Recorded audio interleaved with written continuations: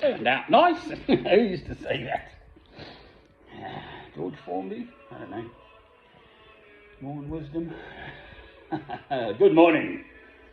Well, it's really rather nice now. Nice drop of rain through the night here at St Michael's Square, Alnwick, Northumbria, England. Cooler. So, there we are, freshen the place up. Very nice. Now, love is the answer, but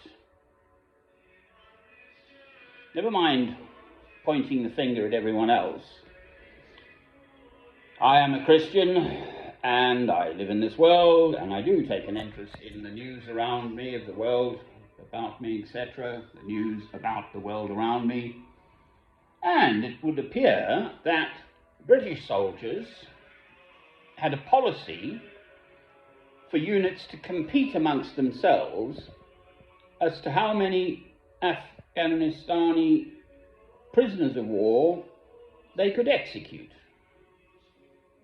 Never mind the rest, Putin bombing Odessa, telling her, I'm going to talk briefly about that as well.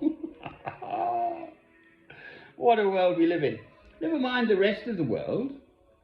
Try who reinvented the concentration camp out in South Africa back in the First Boer War, 1901 or 2 or so. The English. Who bombed the hell out of Dresden? The British. The English. So we don't have a moral leg to stand on, quite frankly, we, Britain. Ha! Who slaughtered countless tens of thousands of innocent Iraqi citizens in the second war in Iraq? We did, with America.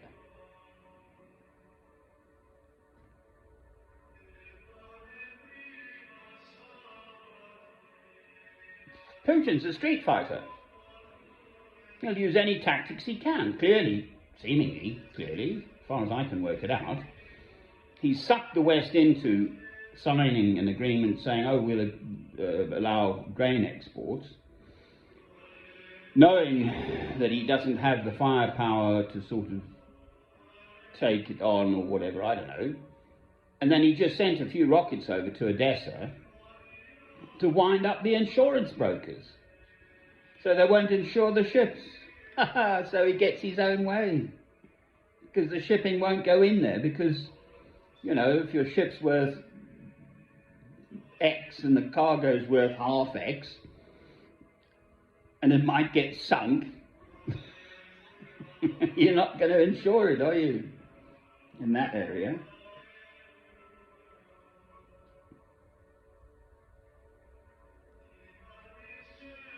Actually, it'd be rather less than that, wouldn't it? A tenth of X or something, I don't know. Well, obviously, from a strategic war game point of view, it seems like an interesting street fighting tactic. What do you think the Germans went in for? And they purported to be Christian. So, we, mankind, humanity, the West, the East, the whole blooming world, quite frankly, where's the love, is at it, trying to achieve their ends through whatever means come to hand. Right, I do not want to just dwell on the awfulness of mankind.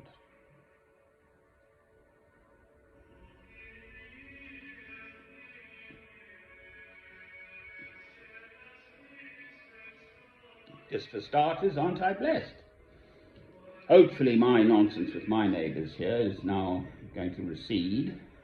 I've faced up to them and all the whole pack of them, including the police of Northumbria, quite frankly, are in the most appalling shower. Sad that I have to say that, but as far as in my experience, over the last year and a bit, I find them to be woefully lacking in any sort of what I would consider normal police behaviour, quite the reverse. Anyway, I wake up to my birdies in the backyard saying, "Oi, Daddy, where's our breakfast?" Tweet, tweet. I think I've got about half a dozen of these youngsters now coming in. There's one rather raggedy black one.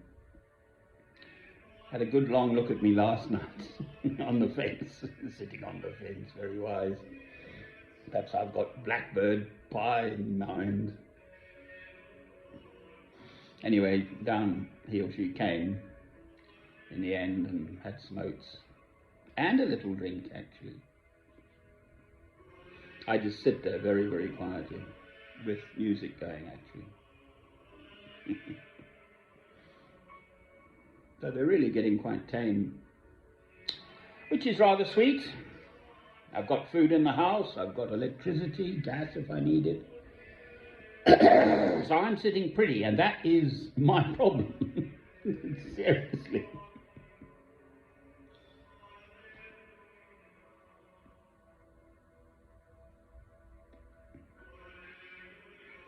Ghebreyesus of the WHO, the World Health Organization,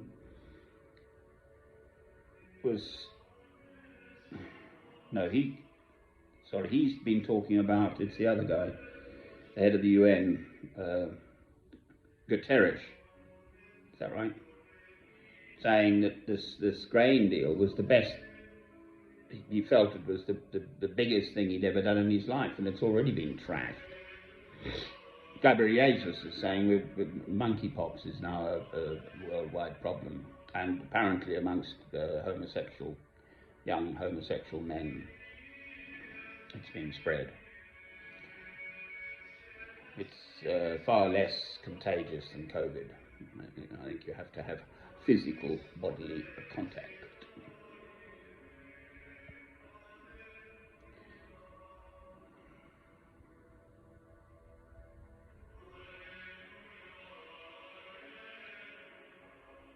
Well, today is Sunday, have I already said? The 24th of July 2022.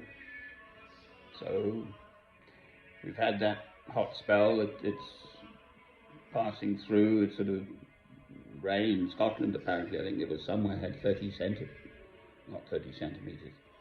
millimetres, so over an inch somewhere overnight. So typical British weather. We're on the North Atlantic drift, is it? It's a bit early in the morning for my brain to be firing on all of its very many cylinders. The thing that comes up from the Caribbean across the Atlantic, warm sea comes across. Keep us nice and warm, that's why we can grow daffodils in Cornwall so early, etc. On the Scilly Isles or whatever. I get first bulbs, don't they? Prevailing westerly winds. Not the hot stuff from Africa or the cold stuff from the Arctic. Well, here I am sitting pretty. My mind is still more or less my own. My body's definitely a bit of a wreck. I'm working at getting it fixed, but there we are.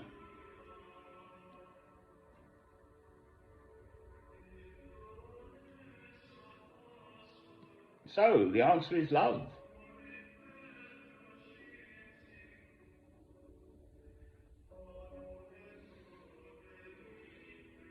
I mean, you simply wouldn't put yourself into a situation where you're basically going to... This is an Afrikaans word. I was born in Cape Town. I'm a Scottish background, white South African, born in Cape Town, South Africa, not Afrikaans, those are the Dutch people. But anyway, I know a bit of Dutch. So, verneek means crook someone, cheat someone, double deal them. Well, truly, with the love of God through Christ within you, you can't do that. You just can't do the other person down, quite the reverse, you try to build them up. I keep sort of reverting to Romans 12, the letter of Paul to the Romans, chapter 12, because it so beautifully expresses how one ought to deal with those enemies, those who hate you. You must respond with love. Feed them, water them, wish them a long life. To repent of their wicked ways. That is just a sort of basic in Christianity. To those who hate you, put much more simply by Christ, if they strike you on one cheek, give unto them the other cheek. Every single hair on the head of your fellow man, woman, or child is precious and special. And one ought to try to live like that. Well, I can't stop the arms race and the manufacture and sale of arms and their use. What can I do, for heaven's sake, other than, and I do believe this is important, to remain true to God, to myself, and thereby, as a Christian, to see the world head on, but to see it clearly as a Christian, and then to stand firm. So, albeit it seems to me, at the very least, I'm my own worst critic in this. No one else tells me to get up and do stuff. I do. But what can I do? See, that's the problem. There's no point in sort of, well, to me, if I look at something and think, right, how do I tackle that? What can I practically do? And then I look into it and I realize that, quite frankly, my efforts will just come to nothing. So then I think, well, you know, don't bother, sort of thing. But it's not that I don't wish to do something. I know that God simply will not allow my faith not, double negative, not to be used to his service. I know that I will be put to God's service in his time, in his world, in his own way. So that's thy will be done. Amen. Thy will be done. Amen. I like my old monks, don't I?